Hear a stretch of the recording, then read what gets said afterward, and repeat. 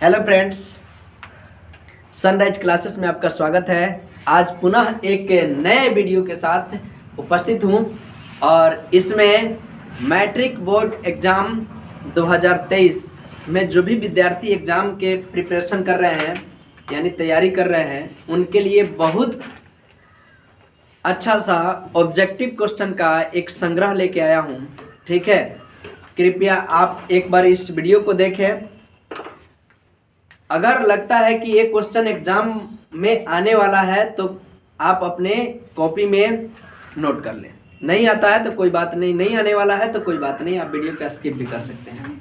ठीक है, लेकिन ये चीज़ें याद रखिएगा कि ये जितना भी मैंने क्वेश्चन आपके सामने बोर्ड पे नोट किया हूँ ये एग्जाम में पूछा हुआ क्वेश्चन है यानी रनिंग क्वेश्चन है। ठीक है, तो कहीं ना कहीं आपके लिए बहुत हेल्पफुल होगा और ये साइंस का एक बेसिक कंसेप्चुअल वीडियो है। ठीक है, तो कृपया आप लोग इसको देखिएगा। समझ में आता है तो चैनल को सब्सक्राइब कीजिएगा, लाइक कीजिएगा। ठीक है, चलिए क्वेश्चन को देखते हैं। आपके सामने स्क्रीन पर क्वेश्चन है, पौधों के उत्सर्जी पदार्थ निम्नांकित में कौन है। एक क्वेश्चन क्या कर रहा है कि पौधों के उत्सर्जी यानी उत्सर्जी पदार्थ। ठीक है, तो पौधों में भी उत्सर्जी पदार्थ होते हैं, जैसे मनुष्य में भी उत्सर्जी पदार्थ होता है।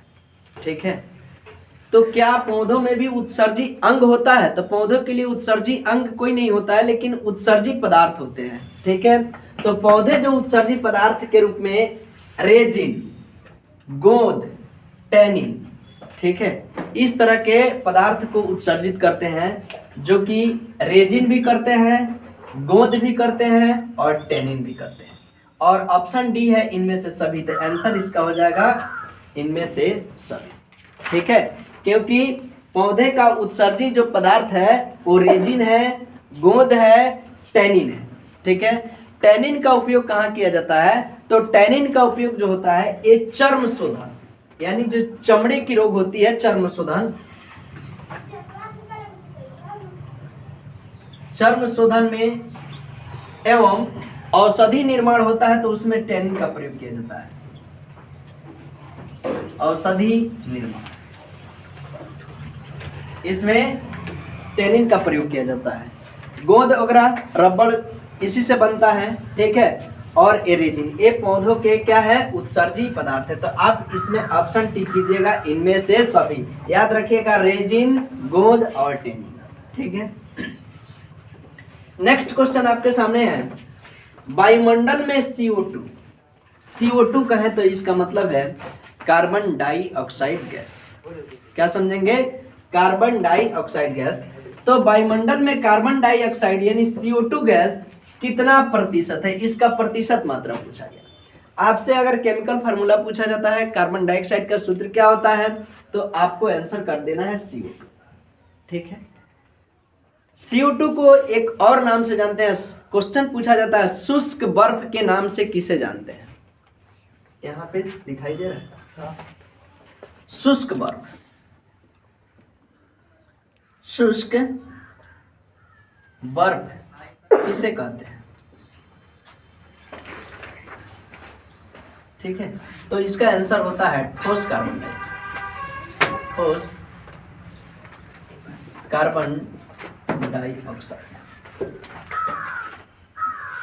ठीक है, ये शुष्क बर्फ के नाम से किसे जानते हैं? तो ठोस कार्बन डाइऑक्साइड को। और कार्बन डाइऑक्साइड का फार्मूला आप लोग को पता है CO2, carbon dioxide.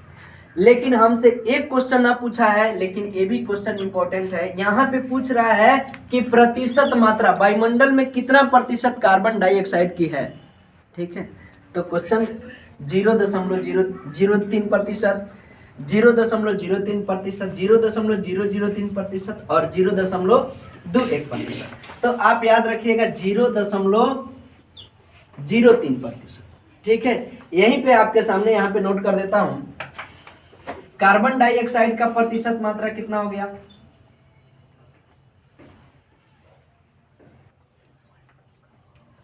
Carbon dioxide की प्रतिशत मात्रा हो गई CO2 की 0.03%, ठीक है। वहीं पे नाइट्रोजन गैस यानी N2 का वायुमंडल में कितना प्रतिशत हो गया, तो N2 जो है वायुमंडल में सबसे अधिक प्रतिशत मात्रा, यानी इसका प्रतिशत मात्रा 78%। कितना प्रतिशत है? 78। वहीं पे ऑक्सीजन का, अगर आपसे पूछ दे ऑक्सीजन गैस वायुमंडल में कितनी प्रतिशत पाई जाती है O2, तो ये पाई जाती है 21%। कितना प्रतिशत? यानी 21%। समझ में आ रहा है? तो carbon dioxide 0.03%, nitrogen gas N2 78% और oxygen gas O2 21%। Nitrogen gas का प्रयोग कहाँ किया जाता है, तो चिप्स के थैली में कौन सी गैस भरी जाती है, तो नाइट्रोजन गैस। इसको भी लिख लीजिए, चिप्स की थैली में कौन सी गैस भरी जाती है, कौन सी गैस भरी जाती है, तो आपका आंसर हो जाएगा N2 यानी नाइट्रोजन गैस, ठीक है। चिप्स के थैली में कौन सी गैस भरी जाती है, तो नाइट्रोजन गैस। और नाइट्रोजन गैस का प्रतिशत मात्रा वायुमंडल में 78%, ऑक्सीजन गैस का प्रतिशत मात्रा 21% और कार्बन डाइऑक्साइड का 0.03%।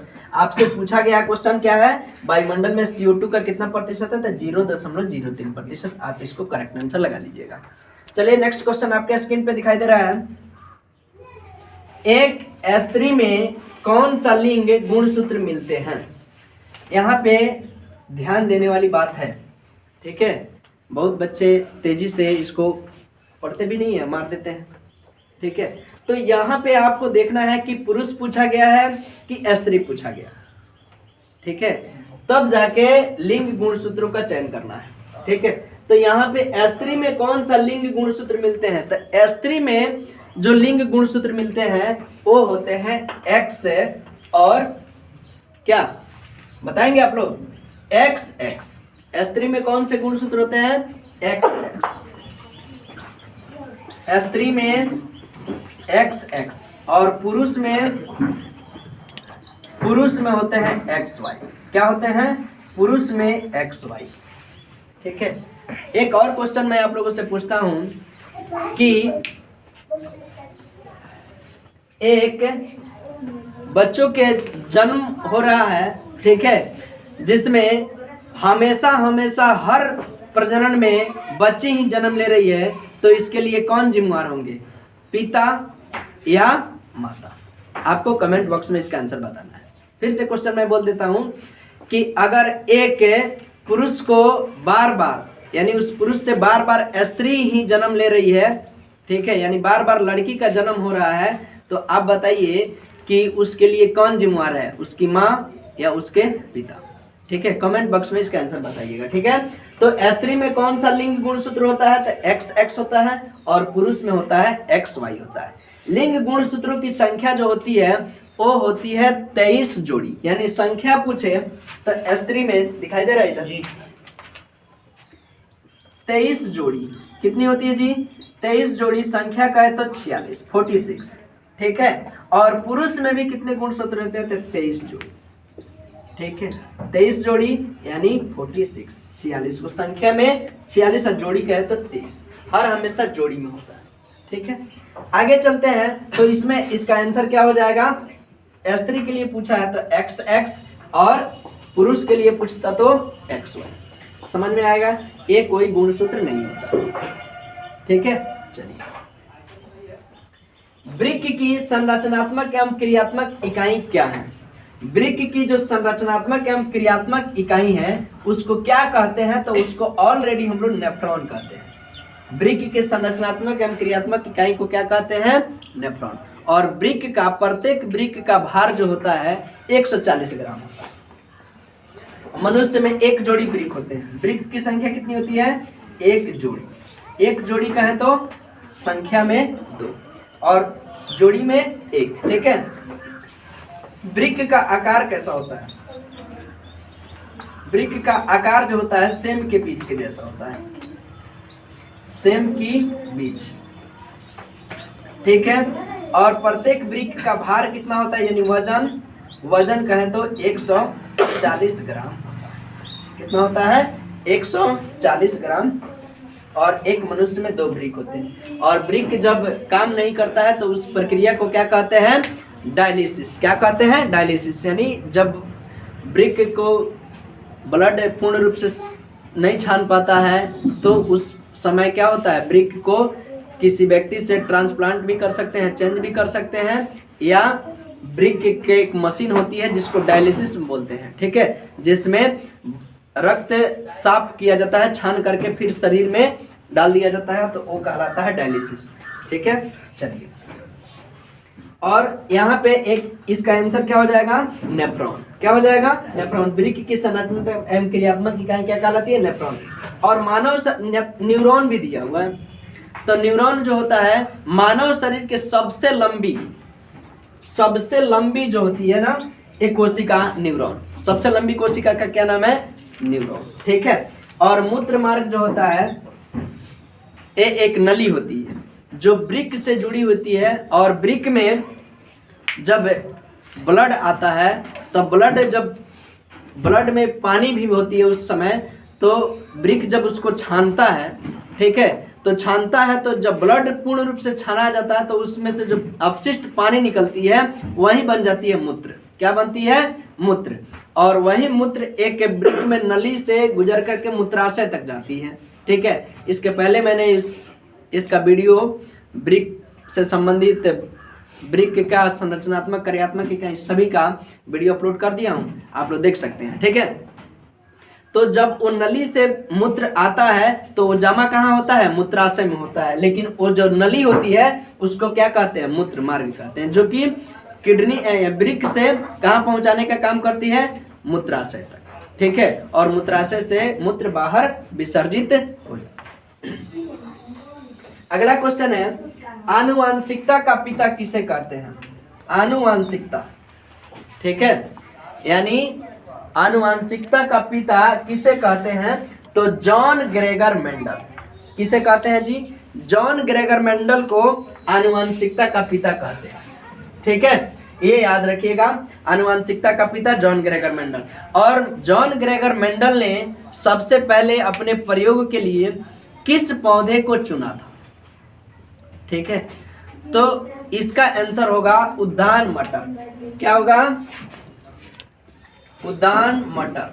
यानी मटर भी कहेगा तो मटर के पौधे को चुना था। जॉन ग्रेगर मेंडल ने अपने प्रयोग जिस पे एक्सपेरिमेंट किया था वो किस तरह का पौधा था, तो वह मटर का पौधा था। और मटर का पौधा था उद्यान मटर का पौधा था। किस मटर का था, उद्यान। और ये जो मटर है ना, इस मटर का वैज्ञानिक नाम क्या होता है, तो पाइसम सटाइवम। क्या होता है, पाइसम सटाइवम। मटर का वैज्ञानिक नाम क्या होता है, पाइसम सटाइवम। ठीक है। एक क्वेश्चन आपके सामने है। ठीक है। एक और क्वेश्चन पूछा हुआ है कि कांस्य किस का मिश्र धातु है। दिखाई दे रहा है इधर यहाँ पे, कांस्य किस का मिश्र धातु है, मिश्र धातु। तो कांसा जो मिश्र धातु होता है वह टीन और तांबा। टीन और तांबा यानी SN+C। ठीक है। तांबा और टीन के मिश्र धातु को क्या कहते हैं, कांस्य कहते हैं। उसी तरह आप बताइएगा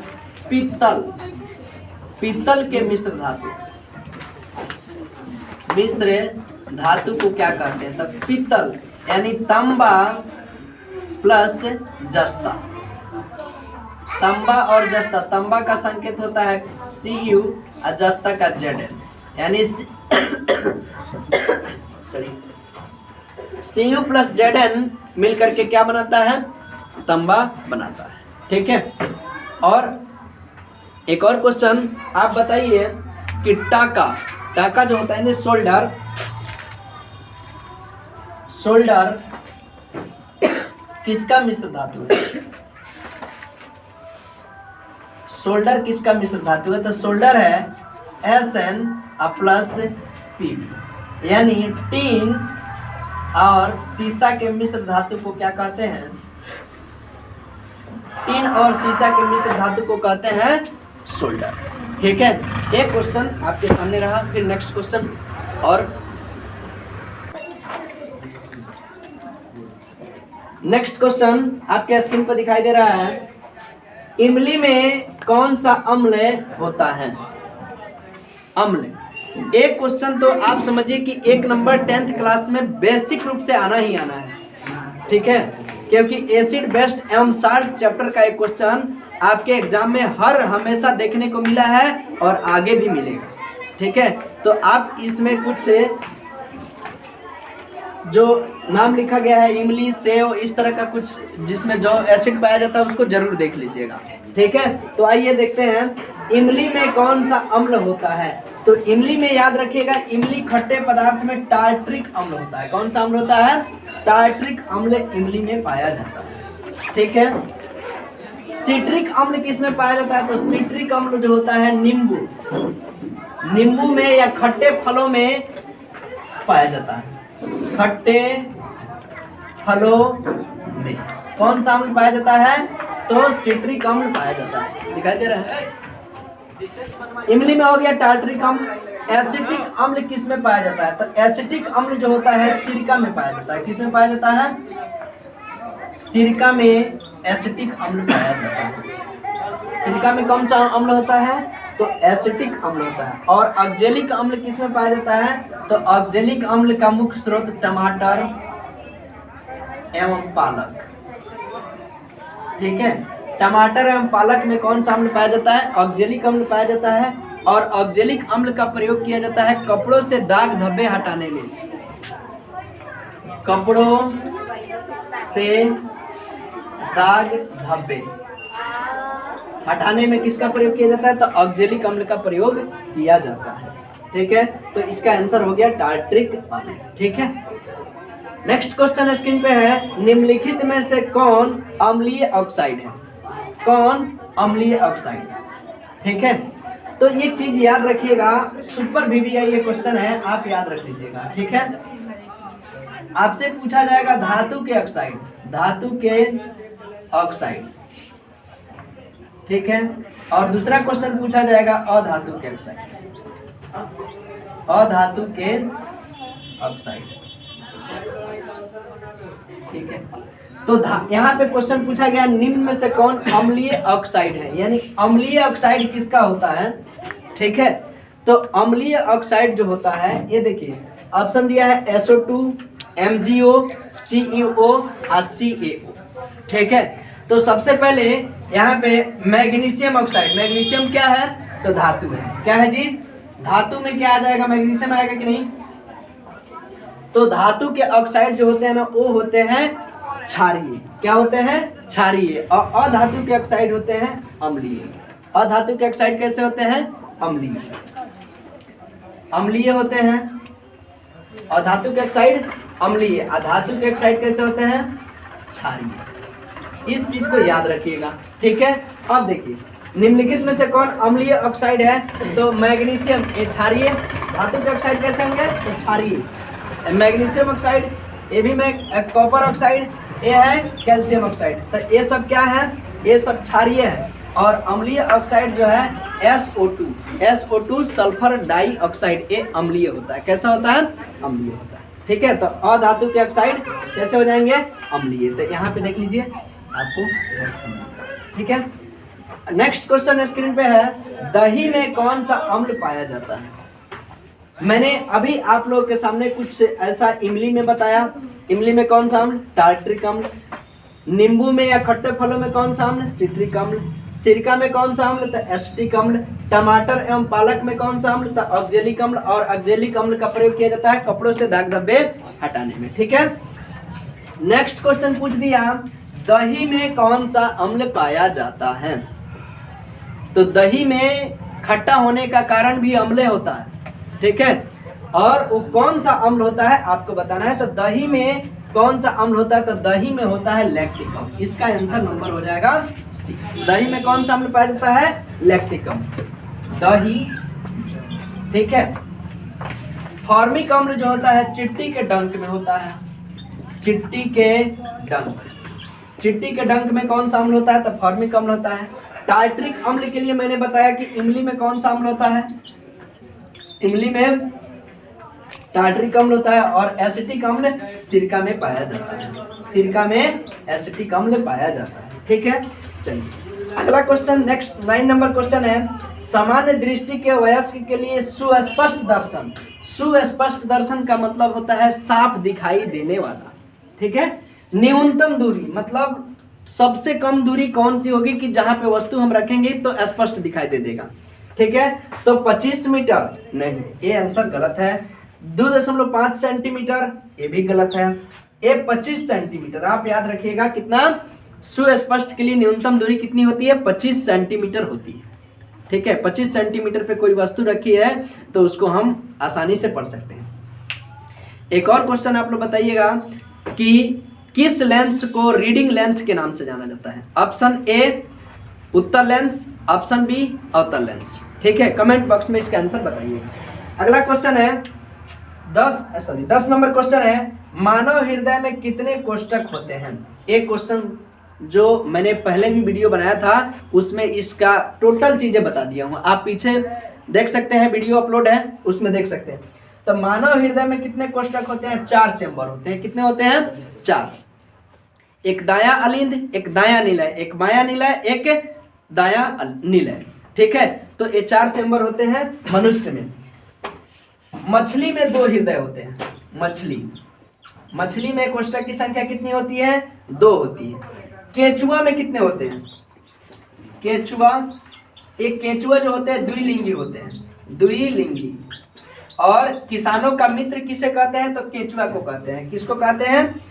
किसानों का मित्र केंचुआ। और केंचुआ में हृदय कोष्ठकों की संख्या कितनी होती है? 8। कितनी होती है? 8। कॉकरोच में कितनी होती है? कॉकरोच में होती है 13। कितनी होती है हृदय कोष्ठकों की संख्या? 13।